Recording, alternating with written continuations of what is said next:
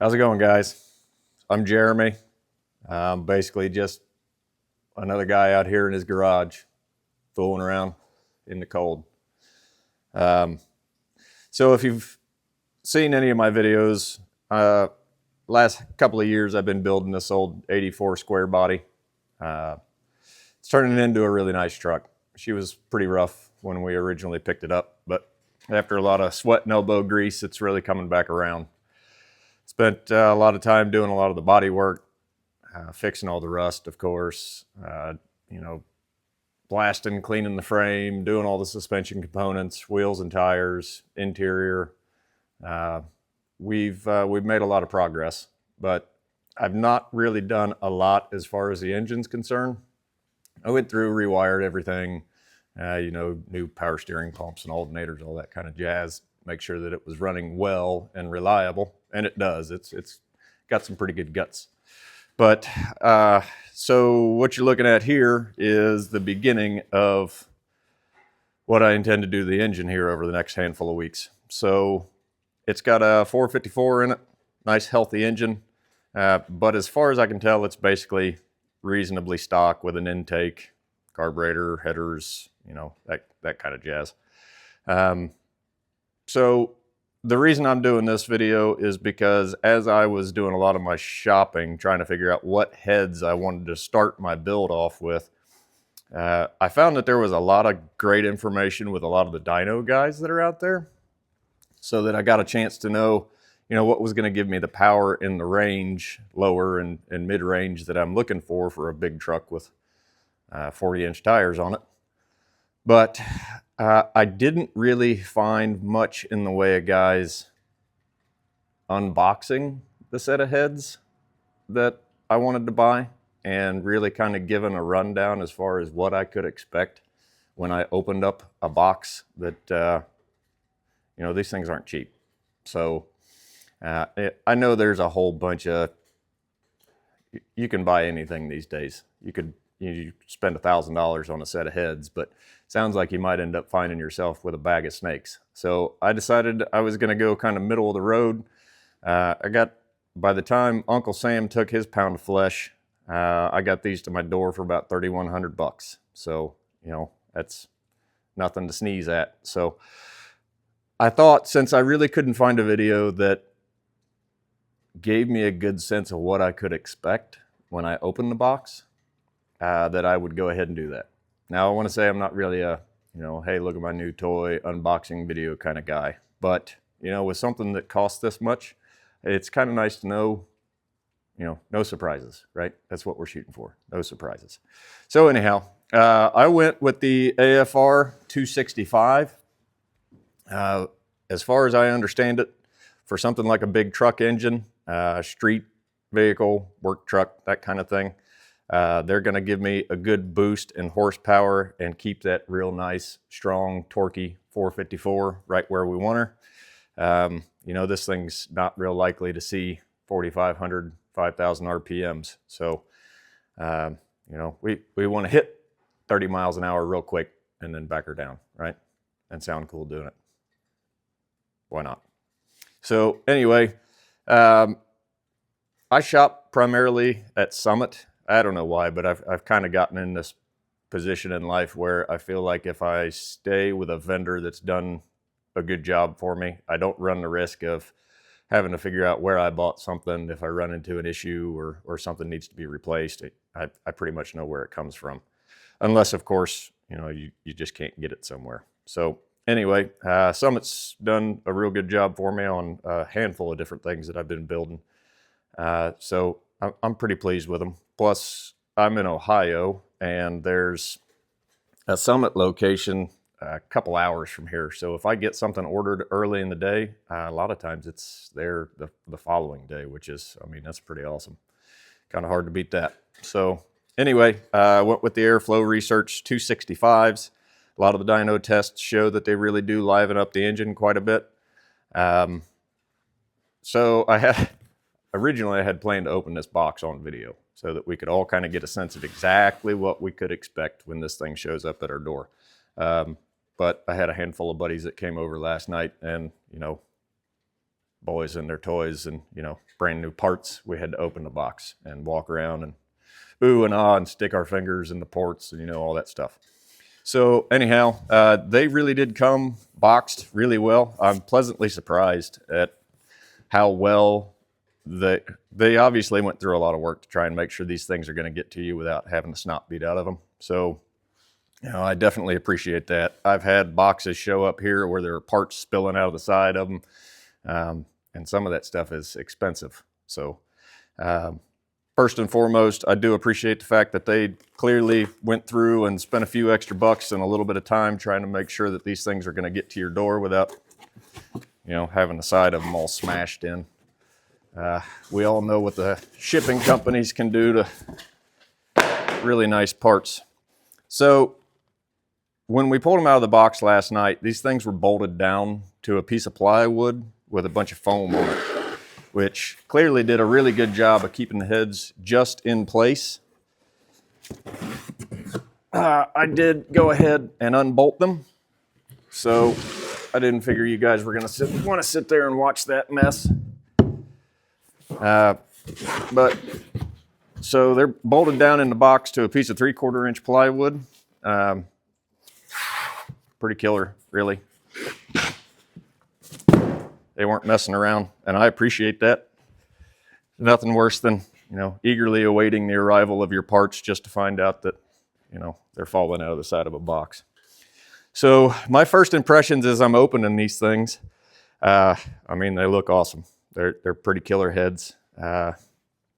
They're partial CNC ported. Let's see if I can kind of get you down in here. All that work really looks pretty great. You know, I don't exactly have the experience to tell you how these compare to, you know, most of the other stuff that's out there. Obviously, if you've got a full CNC port or something that you've had one of these porting wizards do, you know, it is what it is. You got some tooling paths and that sort of thing. But for the most part, it looks really nice. You know, I'm surprised at the size of the runners, and the valves are freaking monsters. So I'm pretty sure she's not going to have much trouble breathing. I will say it looks like the casting in some spots is a little wonky, and there's definitely some sharp bits here and there. You know, I guess ultimately when you're not buying the absolute top of the line stuff, you can kind of expect to be doing a little bit of work. By the way, this is like a HDPE bench that I've got, so shouldn't run into any issues with marring up the base of the head there by sliding her around. So it looks like the intake runners, you know, there's a little bit of casting still in there where the CNC port didn't exactly do the whole job. So that's interesting. But I mean, it is what it is, I guess. So I did go through and kind of took a look at all the spring retainers, and everything looks like it's really in there well. I have read, not necessarily with this head or this set of heads or AFR in general, but I know that some of the Edelbrock stuff, I've seen some reviews with guys saying that, you know, retainers weren't clipped in and just all kinds of nightmares. I mean, I suppose when you're buying something like this, you're not really expecting to have to go through and do a ton of work, but I mean, I think any of us who are living in today's age knows that you really got to look at everything. So as I continued to look around, I realized that they apparently cause cancer in California. I guess it's another reason to not live there. So I guess I dodged a bullet with that one. Now, as I got to looking, see if I can get some light in here. I don't know how well you guys are going to be able to see that. So it looks like some of the water passages are a little rough. See if I can find a better example here.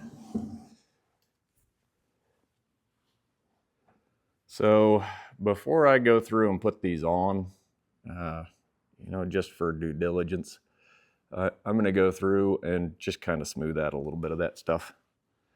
I'm not building a super high horsepower situation here. This engine should be running pretty healthy, and I expect it's going to do reasonably well, but this is not some high dollar race engine, and I don't exactly anticipate a bunch of issues as far as like cavitation or anything like that's concerned in the cooling system. But I mean, while they're sitting on the bench and it's easy to do, it just makes sense to go through and do anything that you can that's might save yourself a little hassle in the future. So I will be going through to do all that. My intention is also to go through and I just lightly chamfer a bunch of edges and clean up some of the flash here and there.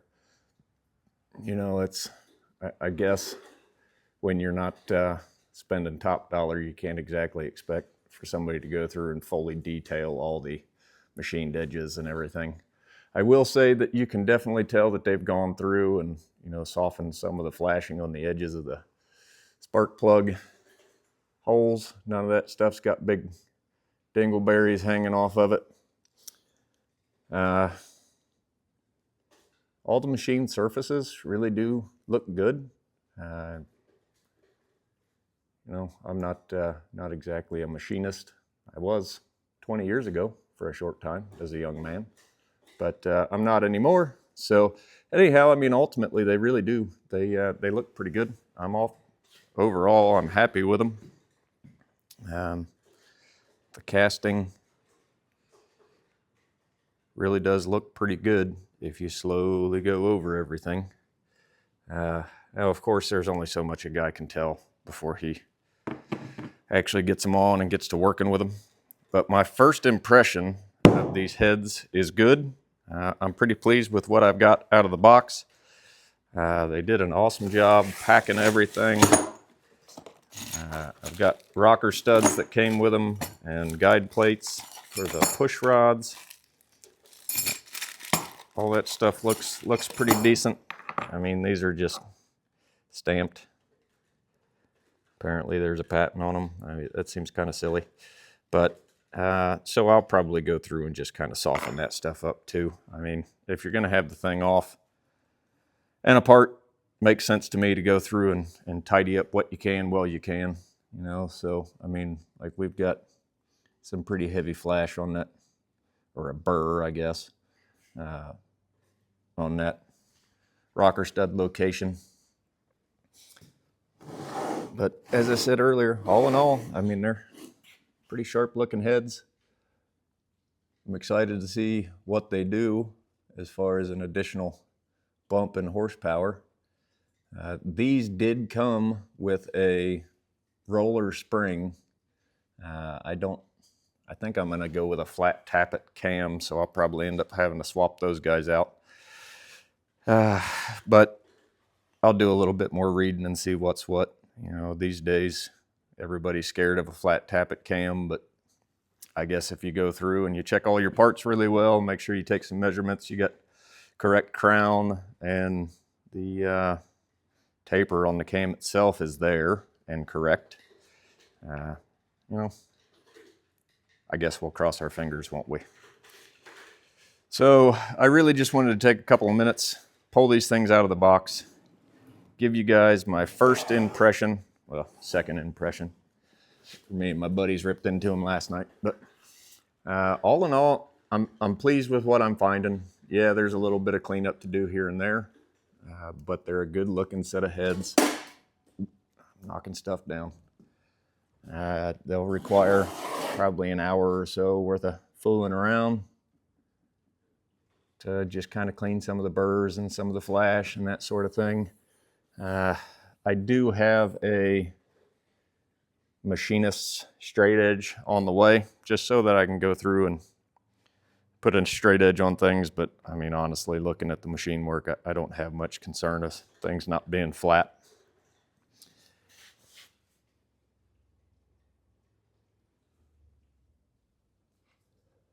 So, I mean, I'm hoping ultimately that this little video I've put together is going to be helpful to one of you guys out there who might be looking at making the leap and spending a bunch of money on a set of heads, and you'd kind of like to have a sense of what you might expect to have when you open the box. And I mean, hey, just like every other parts company, they send you some fancy rolled up stickers that will add at least 25 horsepower to your toolbox. So, I mean, that in itself makes it worth it, right? So, hey guys, I appreciate you checking it out, and ultimately, I hope it's useful to you. I think the more of us that are out here documenting what we find and just putting decent information out there on the internet, the more resources we've all got to feel confident when we're out here making a purchase. So if you care to follow along here in just a couple of, well, I don't know, probably another week, 2 weeks, I'll be finalizing this cleanup on my messy shop and pulling the truck in. We're going to jerk the engine out of it, pull everything apart, document what we find to the interior, see what may or may not be required as far as the rotating assembly is concerned. It's going to get a set of heads, obviously the heads. Plan to put a comp mother thumper cam in it.